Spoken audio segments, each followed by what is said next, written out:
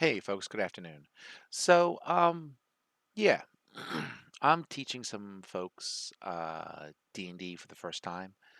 One of them kind of looked at the character sheet on D&D Beyond and watched their brain melt with all the information, which is all good. Um, it's a lot, but not as scary as maybe you think. But I thought I'd take a few minutes and kind of go through the D&D Beyond website briefly and kind of go through a character sheet and kind of talk through some of the stuff there. It's not going to touch everything for sure, but high level. So I don't know how long this is going to take. I can get yappy. I'll try not to. I'll try and keep it, relatively short, um, hopefully. Because I don't want to do information overload. It's just good policy, right? I could always make more. So D&D Beyond. What have you got here? So really the nice thing about D&D Beyond is a couple things. One, um, I own all the books for D&D 5e. I actually paid for some and I actually won them in a drawing. So yay. I mean, obviously people who know me know this. This is just background for other people, but I own all the books. This is all good. I have a subscription to D&D Beyond. I pay them a small monthly fee. And because I do that, I can share those books with people who are playing D&D with me, right? For a nominal fee. So because you're playing D&D with me, those people who are watching this, who are in my startup group, you have access to all the books that I have, kind of. I have control over what you access. So, for example, you can't read. Restricted your access to player books, right? You can't read the monster books. You can't read ahead in the story that you're running. Um, nope, those are restricted. I turn those off. But you can book by book as the DM who has a subscription to D&D Beyond give people access to the books that you own. So great. So what does that mean for me? That means for people who know me and who are in this, right? These drop downs that are across the site are usable, right? So if you go to game rules and you click on whatever class you have, say you are a druid, you click there, it will take you to the into the book that I own that you have access to, and boom, you can read what the hell a druid does and what they do. If you have to pick a druid spells, go under spells, druid, boom, it takes you there at a nice searchable thing. Great. So yeah, this website is usable to you for those books that I've given you access to. Most of the stuff is going to be under your class and maybe your spells, right? If you want to know, if you go under sources, you see a whole bunch of books. A lot of you don't have access to because I've restricted them, but the ones you do, you can go and take a look at. The one that's going to be most important to you is the player's handbook. The player's handbook is the Bible to tell you how the hell you play this game, right? So you can go in there, it will talk about races, it will talk about classes, it will talk about other stuff that you can do. Do you have to read this whole damn thing and memorize it? Absolutely not. You will learn on the fly as you play it, um, which is absolutely fine, right? I will tell you that even people who play the game do not use all the rules in the game. So different DMs have different house rules on what they use and don't because there's many books out there. They all have different little pieces to it. And but this is the base, right? This is the stuff that we'll be shooting from. There are spells in other books and other things in other books, but that's why it's good to go up here to go directly to some of these things and get you there. So that's my 2 seconds on these drop downs. Let's look at an actual character sheet, kind of peruse it a bit, and go from there, right? So, boop. And so yeah, let's look at Asta here. Let's look at Beth's character. Okay, looks like a lot of stuff. I guess it kind of is, but that's okay.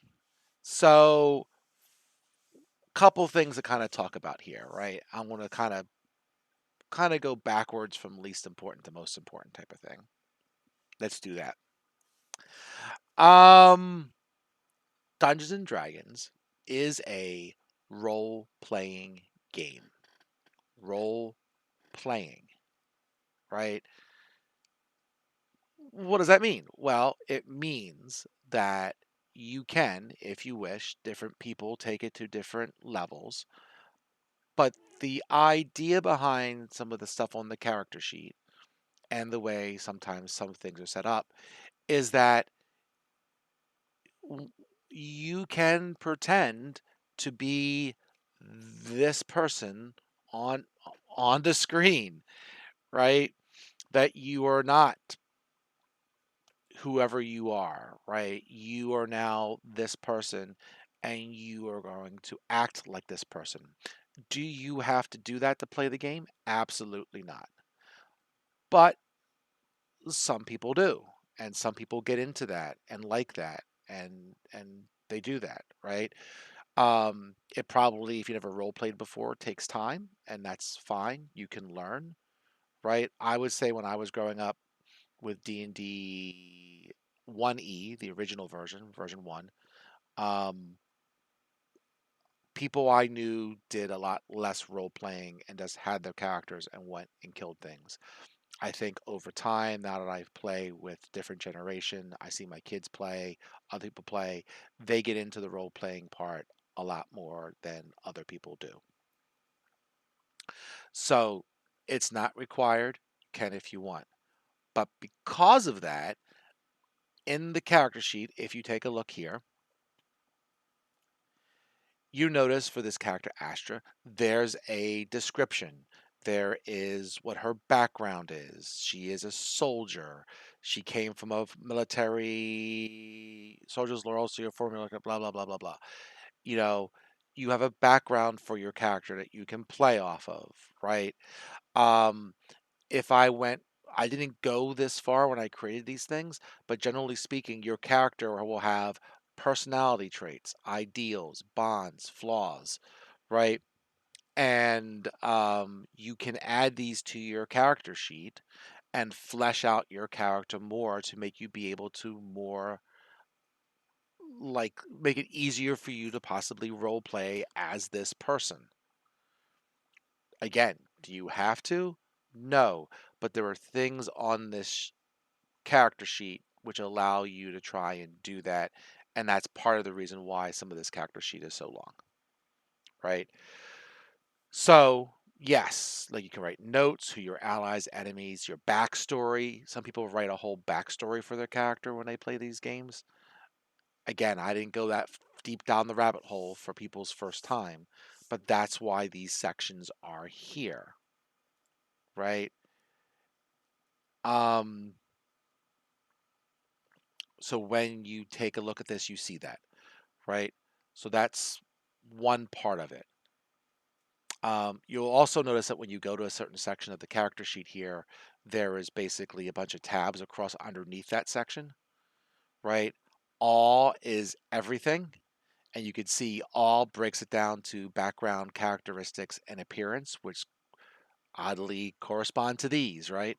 So if you don't want to have everything in one giant sheet, you can click on these and just get the background, just get the characteristics, just get the appearance, or just put it all in one big dump for that particular section description. All right, so I said I was kind of going backwards, right? So, oh God, we'll get that later.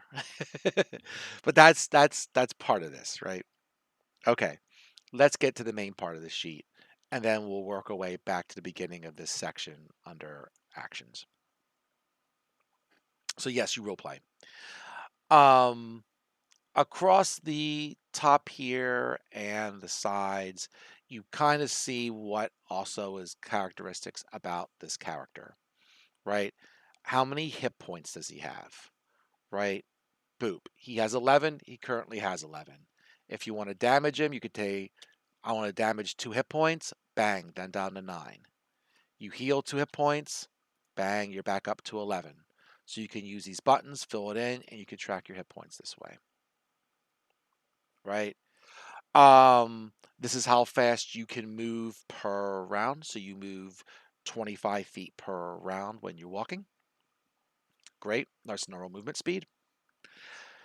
Here it gives you an idea of how strong you are, how dexterous, how well your constitution is. Intelligence, which is basically book learning, wisdom, which is like street smarts, and charisma, which is your personality and looks, right?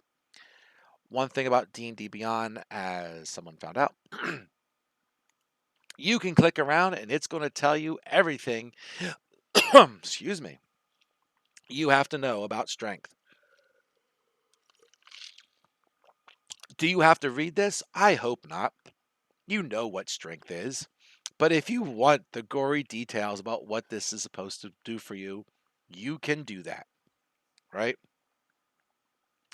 Just start clicking around, right? It tells you where all these bonuses came from, blah, blah, blah, blah. It doesn't matter. All right, but those things are there. Let's look at these numbers. These numbers down here, these small numbers, right? You have a 14, 8, 15, 10, 16, 12, right? Generally speaking, um, a normal person, I don't want to go and to say normal human because this is a dwarf and other characters, but generally for a mortal in Dungeons and Dragons, the highest that number can go is 20, right? And to do it on their own accord, right? Depending on what this number is, that will give you a bonus or in some times a subtraction, right? So a lot of time you're told to roll a d20 in Dungeons and Dragons. And when you're told to roll a d20, so a 20-sided die for those who are really new to this game, um, you add or subtract a number to that value, right? So for this character, if they need to make a general strength check, they would spin a d20 and add 2. And if you do that on your character sheet, D&D Beyond actually rolls the virtual die for you and does the math, which you can't see because my head is in the way. Hold on one second. Um, uh, like that. See, there it is. Boom. So it does that for you, right? It's adding and subtracting. Sometimes, like for example, you might say, my character is going to jump over the pit full of crocodiles. Great. That would, as a general rule, be a strength check, right? So you would spin a d20, you would add your strength to it, and then you'd get a number. And depending on the number, the DM will tell you you made it or you fell into the pit of crocodiles and got chomped up, depending. Now, that being said, some of these numbers are broken down into sub numbers, which are down here. So we were using the crocodile example for strength. I could use the general number, but sometimes strength is broken down into other things. There's athletics is a strength check, and I think that's all I see. So there's an athletic strength check or a general strength check. So I might say when you jump over the pit of crocodiles, do a athletics check, right? And you can see if you click on athletics, it means that you're doing a jump or you're trying to swim or you're trying to climb a cliff, whatever it might be, right? Um, you're going to jump over the pit of crocodiles. I, as a DM, I'm going to ask you to do maybe an athletics check because I think it's a sub check of strength, right? And luckily, sometimes characters gets extra bonuses for some of these subcategories. In this case, the dwarf gets is proficient in athletics. So she got a +2 bonus. So instead of a +2, she gets a +4. So great. She rolled a 1. She probably got eaten by the crocodiles. One thing about these things is a 1 is an automatic failure. A 20 is generally an automatic success as a general rule. But this character was more capable of jumping over. Now, I might say instead of doing athletics check, maybe I'm trying to open a door that's stuck. I might not say that's athletics, that's just strength. So I'll say make a strength check, and then you roll your strength thing, right? Strength modifier. Which ones do you have to roll? I, as a DM, tell you. All you got to know is how much you got to add to the die. That's about it. So you can see here, like for example, intelligence is broken down into arcana, i.e., magic, history, investigation, nature, and religion. So if you ask me, do I know anything about this guy that these goblins are worshiping? I would say make a religion check, and then based on that, I might give you some information about who the goblins are worshiping. If I don't think it falls into any of them, then make a general intelligence check. But in the end, I will tell you what to do. Cool.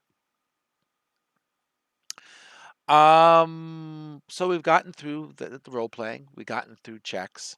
There's other things in here that are maybe special checks. Like here, it tells you what kind of armor you can use, what kind of weapons you can use, what languages you know. Right. In this case, the dwarf knows Dwarvish and Common, which is, common. Everybody knows Common. Um, blah blah blah blah. Right. There's some other things here. You have a special sense called dark vision. We'll talk about that later or some other time. Sometimes you are get advantage and disadvantages against things. We'll talk about that later. Mainly, we focused on basically the numbers here and that. And cripes, I'm already 18 minutes in. So let's talk about attacks and spells, which is probably what you're gonna be doing most of the time. You want to hit something, or you want to, you know, do what you want to do to it, spell, what have you. So let's talk about that for a second. All right, great. So it's your turn to do something. What do you do? Well, as a general rule, there are two things you get to do each turn. There's actually more, but we'll start with two. You get to move, and you get an action to do besides moving. As a general rule, that's what you get. I'll talk about more in a minute. What that means is you can move if you're fighting some creature. You can move on your turn 25 feet, and then you can do something else. You can move 10 feet, do something else, and then move the remaining 15 feet. You can break it up that way. But the bottom line is you get that movement and you get to do something. That's it. Okay, great. I want to hit him. It's a goblin. I want to hit the goblin. Sounds great. Great. What do I do? All right, fine. You want to hit him with your warhammer? You have a +4 to hit. So, like always, you spin a d20 and you add 4. Boom. Hey, 19. 19 plus 4 is 23. You spun a 23. Okay? Um, every creature, including yourself, has what's called an armor class. In this case, the dwarf is 18. That's what you need to be hit. So if I'm going to attack, as me as the DM, attack the dwarf, I have to spin an 18 or better to hit this character on a 20 sided. Pretty good, right? If the guy doesn't have any bonuses, he has to spin an 18, 19, or 20 to hit the character. It's only 15%. A lot of different characters have bonuses to give a +1 or a +2 or whatever it might be. So, depending on how strong the character is, you might get bonuses. In this case, the cleric spun a 23 on a 20 sided die, right? 19 plus 4. Probably hit the guy. How much damage do you do?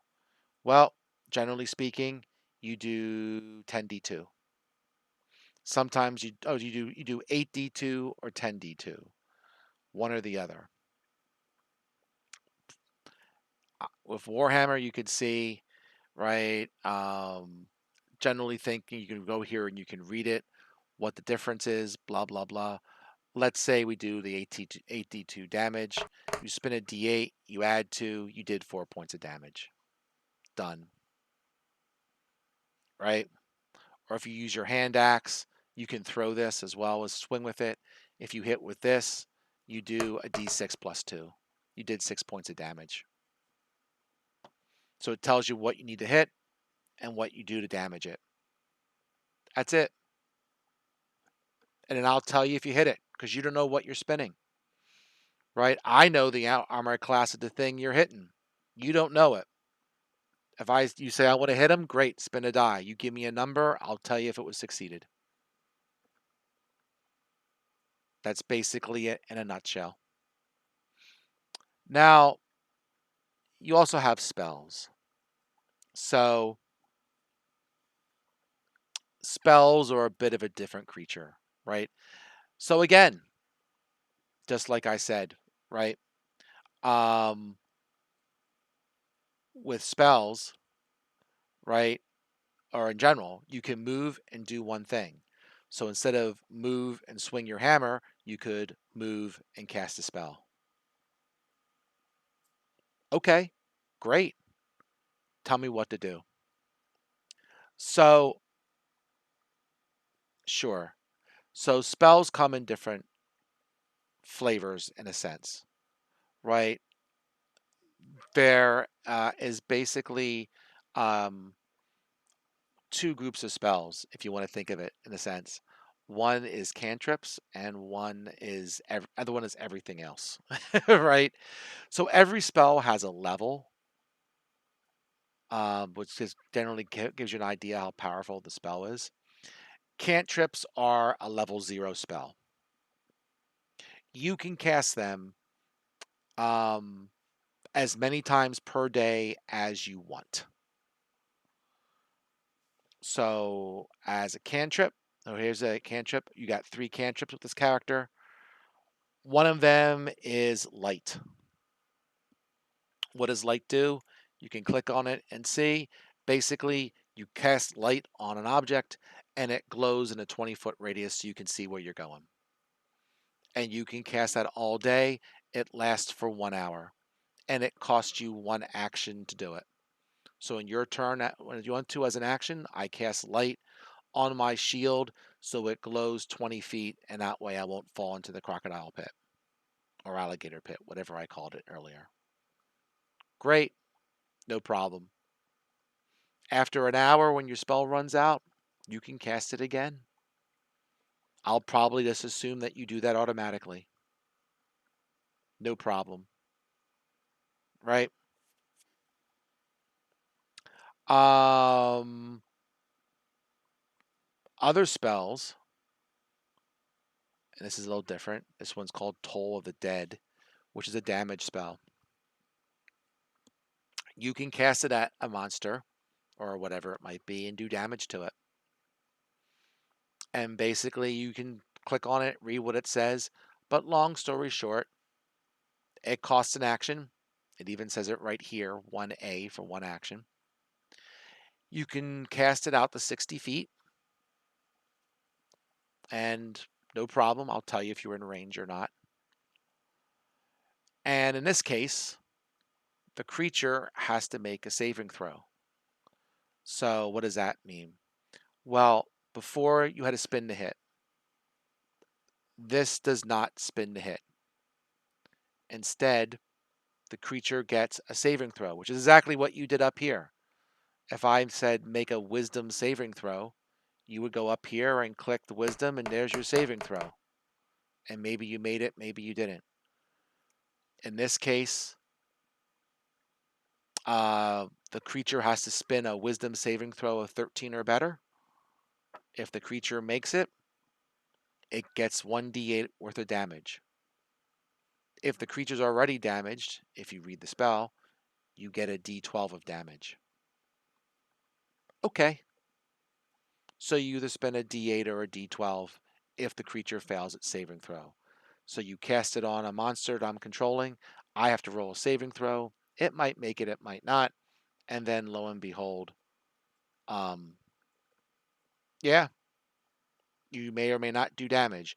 If you save, it takes no damage. If it didn't save, it takes the damage. So now let's get down into the non-level 0 spells. And right now, because it's a first level character, this character only has level 1 spells. And these are the spells that they have: Bless, Cure Wounds, Guiding Bolt, Healing Word, Inflict Wounds, or Shield of Faith. They all do different things, obviously.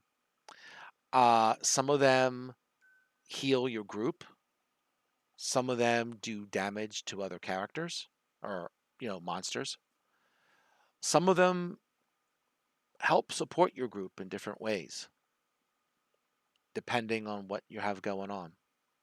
You'd have to read them to find out.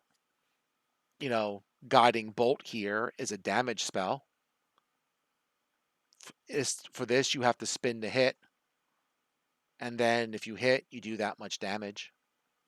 Pretty good. But you gotta hit, right?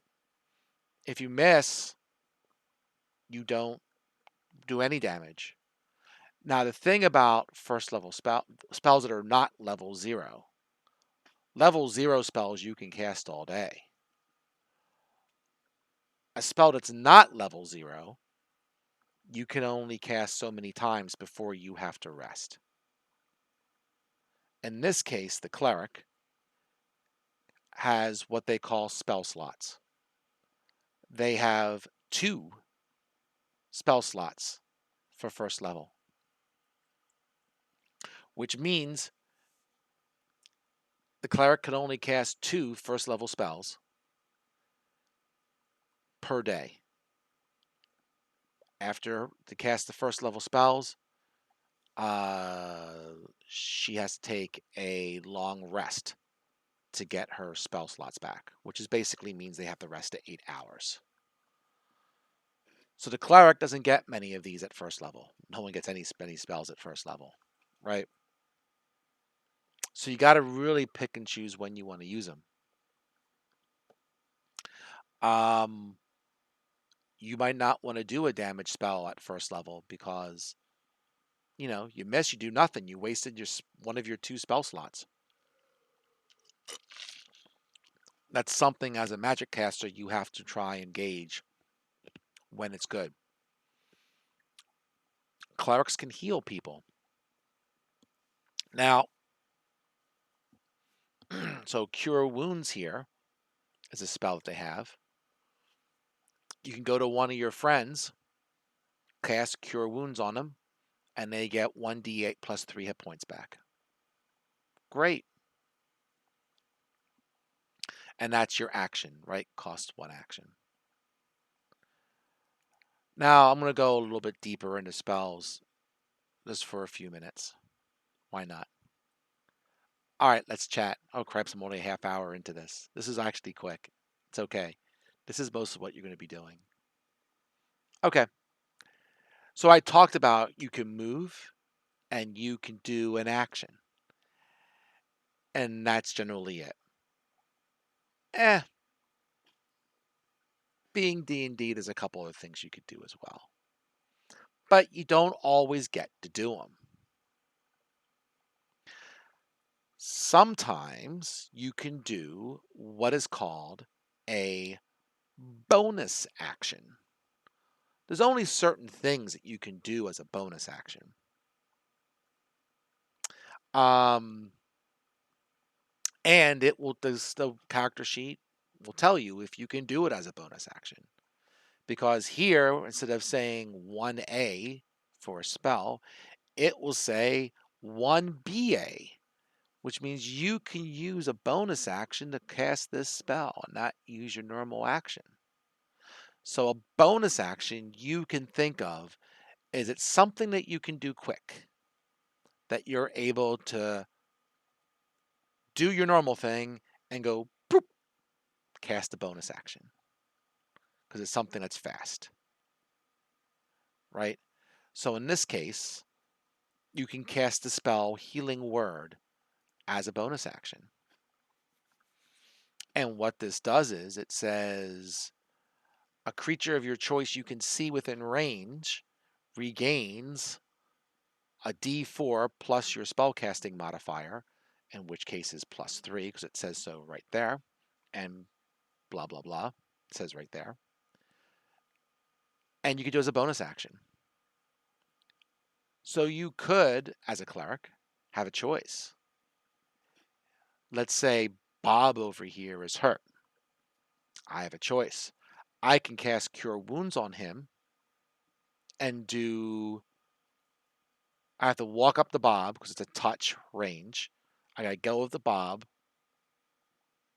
touch him, so to speak, and he'll get D8 +3 hit points back.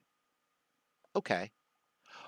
Or I can hit the bad guy with my hammer as my normal action.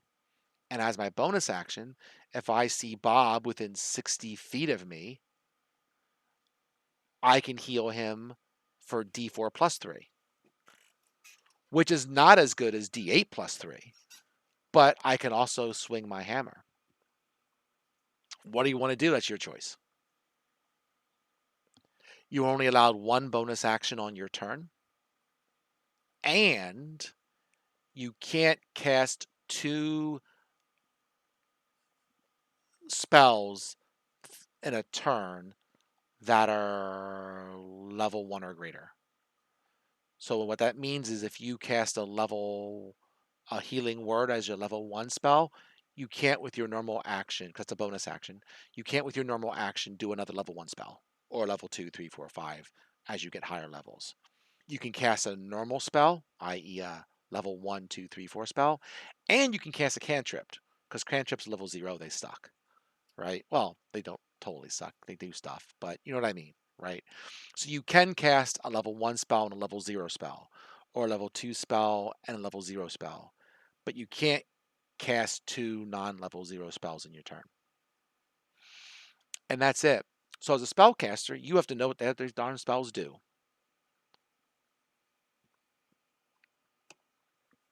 On top of all that, there's 2 other things. And just an FYI. So this might be a little deeper, but it's okay. You'll figure it out pretty easily. We'll help you track it. Some spells you'll notice here have a little C. That's supposed to be a C in a diamond or rhombus or whatever. There's also spells that say R or R and C, which actually another character has. I'll switch them in a second. A C spell means concentration. So let's take a look at Bless. Clerical spell.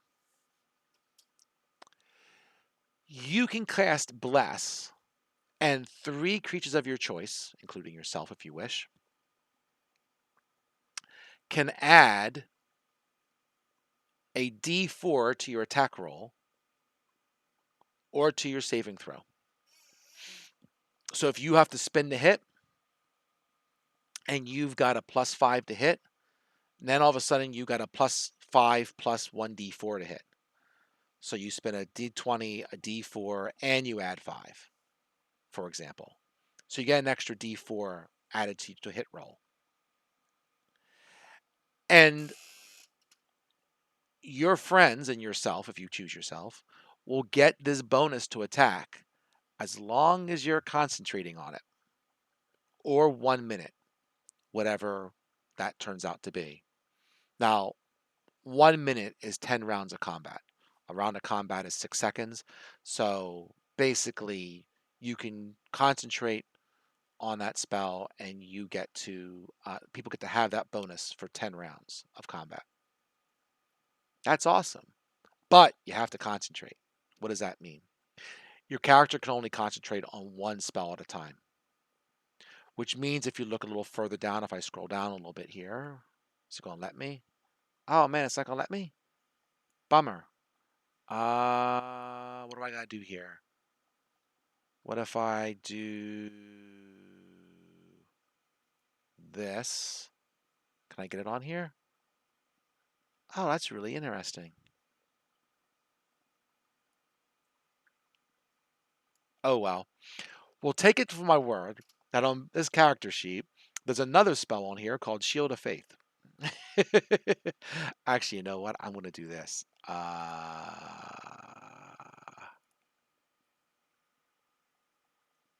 That work? Oh, did it not work? Well, it doesn't matter. It doesn't matter. Okay, trust me. Shield of Faith is a spell down here. It's all good, right? So, okay, great. Shield of Faith also has a little C next to it. It basically adds more armor to the dwarf, so it makes it harder to hit, right? Um, Shield of Faith also has a concentration spell. You can't concentrate on two spells at the same time. Can't do two at the same time. So if you're going to do Bless and concentrate on Bless, you can't cast Shield of Faith unless you take away Bless. That's all. Easy peasy. So, yeah, that's basically it with concentration spells. Let me put this back on here. It was Healing Word. Burp. Okay, there we go. Also, by the way, if you're doing concentration spells and you get hit, you might lose concentration. Just FYI. Depends how bad you get hit. There's also ritual spells, which only one other person in the group has to deal with. But for completeness, I'll show it to you. So if I go, where am I going?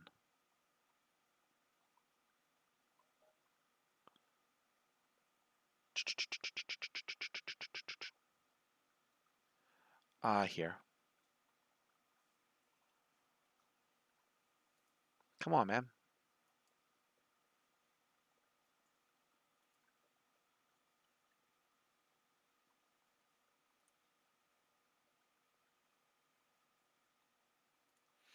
So wizard. So this one here, detect magic, is concentration and ritual. What that means is concentration we talked about. You have it as long as you can think, or the duration, whatever comes first. But with ritual spells, if you have one, you can take an extra 10 minutes to cast it doing a ritual, and it doesn't count as one of your spell slots. So this character has detect magic. Instead of using a spell slot, she can jump around for 10 minutes doing a ritual dance, and then the spell is cast versus preparing it. So it allows this character to cast that spell without using a spell slot. Other characters don't have that. This one does. That's it. That's a lot anyway. That's 40 minutes.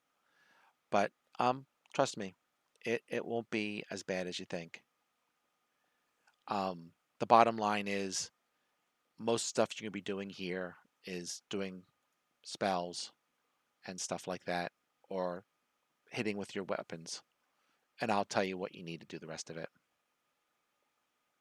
Um, Again, you'll notice here things along the top. So we're talking about bonus actions and regular actions. You can click on this and say, okay, this is all my actions. These are my attack actions.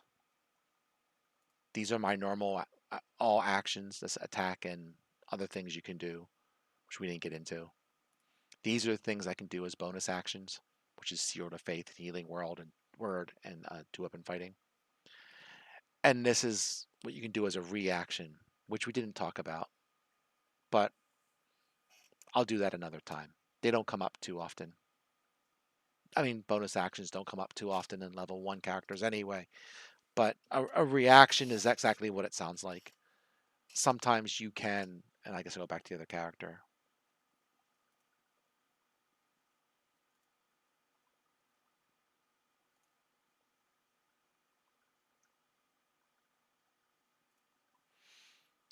You can see this character has the reaction of a shield spell, which is over here, shield. So it's one R for reaction as opposed to an A or a BA for bonus action. For those who have a reaction,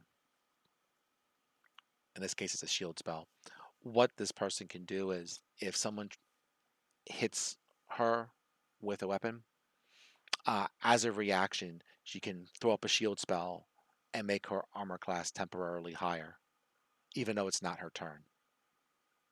So it's a spell that's so fast you can cast it when it's not even your turn. And those are pretty rare. But the magic user has them because magic users get hit pretty easily with an armor class at 12 without bonuses. So they can react and make their armor class 5 points higher if they want, in which case, right, it makes it from a 12 to a 17 and for a very short period of time. All right, that's it. I'm going to do my thing. Have a good one all.